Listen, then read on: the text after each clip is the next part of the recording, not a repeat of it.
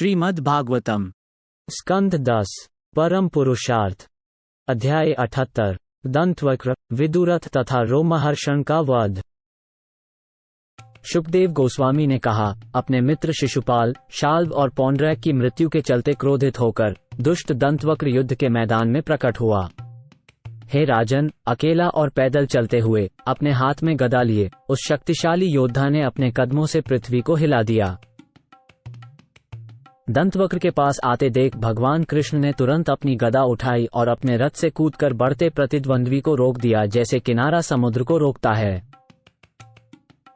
अपनी गदा को उठाते हुए करुष के उन्मत्त राजा ने भगवान मुकुंद से कहा, अरे भाग्य, क्या भाग्य मिला है कि आप आज मेरे सामने आए हैं। हे कृष्ण, तुम मेरे मामा के बेटे हो, फिर भी तुमने मेरे दोस्तों के साथ हिंसा की और अब तुम मुझे भी मारना चाहते हो। इसलिए मूर्ख, मैं तुम्हें अपने वज्र के समान गदे से मार डालूंगा। अरे अज्ञानी, मित्रों का उपकार करने को ही मैं अपना कर्तव्य मानता हूँ। तुम्हें मारकर मैं उसी कर्तव्य का पालन करूंगा और तुम्हारे ऋण से उऋण हो जाऊंगा। संबंधी के रूप में तुम मेरे शरीर में रोग की तरह प्रच्छन्न शत्रु हो। हर्ष शब्दों से भगवान कृष्ण को उत्पीड़ित करने की कोशिश करते हुए मानो किसी हाथी को तीखे अंकुशों से चुभोया जा रहा हो, दंतावक्र ने अपनी गदा से भगवान के सिर पर आघात किया और शेर की तरह गर्जना की। यद्यपि दंतवक्र की गदा के प्रहार से आघात हुआ, किंतु यदुकुल के उद्धारक श्री कृष्ण युद्धस्थल में अपने स्थान से तनिक भी नहीं डगे। इसके विपरीत अपनी विशाल कौमुद की गदा से उन्होंने दंतवक्र की छाती के मध्य भाग में प्रहार किया। गदा के प्रहार से दंतवक्र का हृदय छिल गया, जिससे वो खून की उल्टी करके जमीन पर बेजान होकर गिर पड़ा। उसके बाल बिखरे हुए थे और हाथ पैर इधर उधर फैले हुए थे। हे राजन, तब उस असुर के शरीर से एक अत्यंत सूक्ष्म और अद्भुत प्रकाश की चिनगारी सबके सामने निकली और श्री कृष्ण में प्रवेश कर गई, ठीक वैसे ही जैसे शिशुपाल के वध के समय हुआ था। किंतु तभी दुख में डूबे दंतवक्र का भाई विदुरथ हाथों में तलवार तथा ढाल लिए भारी सांसें लेता हुआ आया। वो भगवान को मार डालना चाहता था। हे राजेंद्र, जो ही विदुरथ ने श्री कृष्ण पर आक्रमण किया, उन्होंने अपने छुरे जैसी धार वाले सुदर्शन चक्र से उसका मुकुट और कुंडल सहित सिर काट दिया। श्री कृष्ण ने शाल्व और उसके सौभ विमान और साथ ही दंतवक्र और उसके छोटे भाई का विनाश किया, जो सभी अन्य विरोधियों के समक्ष अजेय थे। इस तरह देवताओं, मनुष्यों, ऋषियों, सिद्धों, गंधर्वों, विद्याधरों, महोर्गों के अतिरिक्त अप्सराओं, पितरों, यक्षों, किन्नरों और चारणों ने भगवान की प्रशंसा की। जब ये सभी उनका महिमा गान कर रहे थे और उन पर फूल बरसा रहे थे, तो भगवान प्रमुख वृष्णियों के साथ अपनी उत्सवपूर्वक सजाई गई राजधानी में प्रवेश कर गए। इस तरह समस्त योगशक्ति के स्वामी और ब्रह्मांड के स्वामी परमेश्वर कृष्ण हमेशा विजयी होते हैं। केवल पशु जैसी दृष्टि वाले ही यह सोचते हैं कि कभी कभी उनकी हार हो जाती है। तब बलराम को ज्ञात हुआ कि कुरु पांडवों के साथ युद्ध की तैयारी कर रहे हैं। निष्पक्ष होने के कारण उन्होंने तीर्थस्थल में स्नान करने के बहाने युद्ध क्षेत्र से विचलित हो गए। प्रभास में स्नान करके तथा देवताओं, ऋषियों, पितरों और श्रेष्ठ मानवों का पूजन करने के बाद वे ब्राह्मणों को साथ लेकर सरस्वती नदी के उस भाग में गए जो पश्चिम की ओर समुद्र में मिलती है। भगवान बलराम ने विस्तृत बिंदु सरस झील, कृतकूप, सुदर्शन, विशाल, ब्रह्म तीरथ, चक्र तीरथ और पूर्व की ओर बहने वाली सरस्वती को देखा।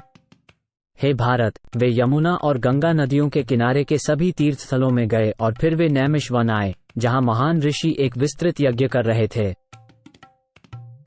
भगवान के आगमन पर उन्हें पहचान कर लंबे समय से यज्ञ याग में लीन मुनियों ने उचित सम्मान के साथ उनका स्वागत किया।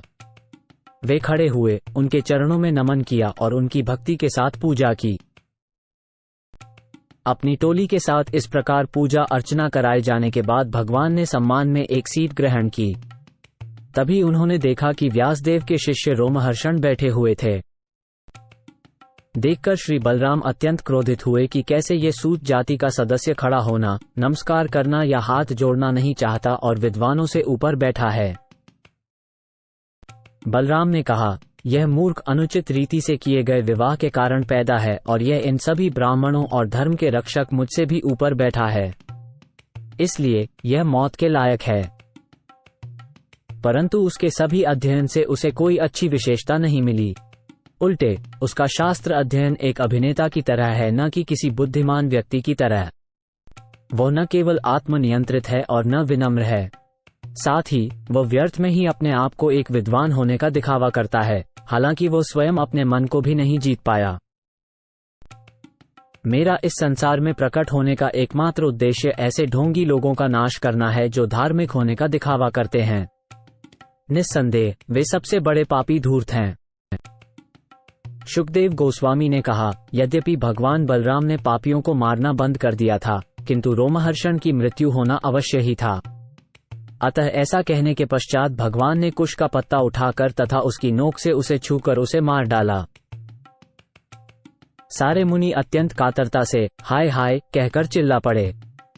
उन्होंने भगवान संकर्षण से कहा, हे प्रभु, आपने यह एक अधार्मिक कृत्य किया है।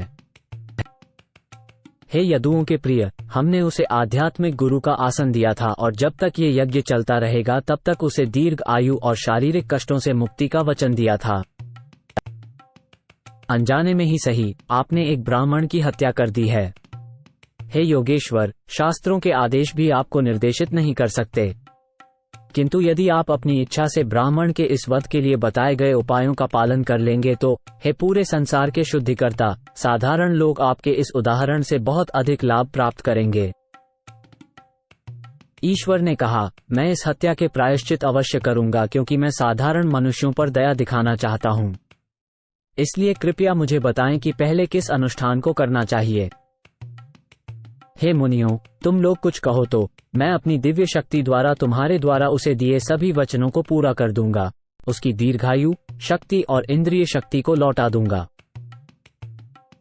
ऋषियों ने कहा, हे राम, आप इस प्रकार कार्य करें कि आपकी शक्ति और आपके कुश अस्त्र की शक्ति बनी रहे और हमारे दिए हुए वचन का पालन हो, साथ ही रोमहर्षण की मृत्यु भी सुनिश्चित हो। भगवान ने कहा, वेदों ने हमें बताया है कि व्यक्ति की आत्मा पुत्र के रूप में दोबारा जन्म लेती है। अतः रोमहर्षण का पुत्र पुराणों का वक्ता बने और वो लंबी आयु, प्रबल इंद्रियां और बल से संपन्न हो। हे मुनिश्रेष्ठों, अपनी इच्छा बताइए, मैं उसे जरूर पूरा करूंगा। और हे बुद्धिमान आत्माओं, मेरे लिए समुचित प्रायश्चित का भलीभांति निर्धारण कर दें, क्योंकि मैं नहीं जानता कि वो क्या हो सकता है। ऋषियों ने कहा, इल्वल के पुत्र बलबल नाम का एक भयंकर असुर हर प्रतिपदा को, यानी शुक्ल पक्ष के पहले दिन, यहाँ आता है और हमारे यज्ञ को दूषित कर देता है। हे दशरथ पुत्र प्रभो, उस पापी असुर का अंत कर दीजिए जो हमारे ऊपर मवाद, खून, मल, मूत्र, मदिरा और मांस बरसाता है। ये हमारे लिए आपकी सबसे उत्तम सेवा होगी। तत्पश्चात आप 12 महीनों तक गंभीरतापूर्वक ध्यान करते हुए भारत भूमि की परिक्रमा करें, तपस्या करते हुए और विविध पवित्र तीर्थ स्थानों में स्नान करें। इस प्रकार आप पवित्र होंगे।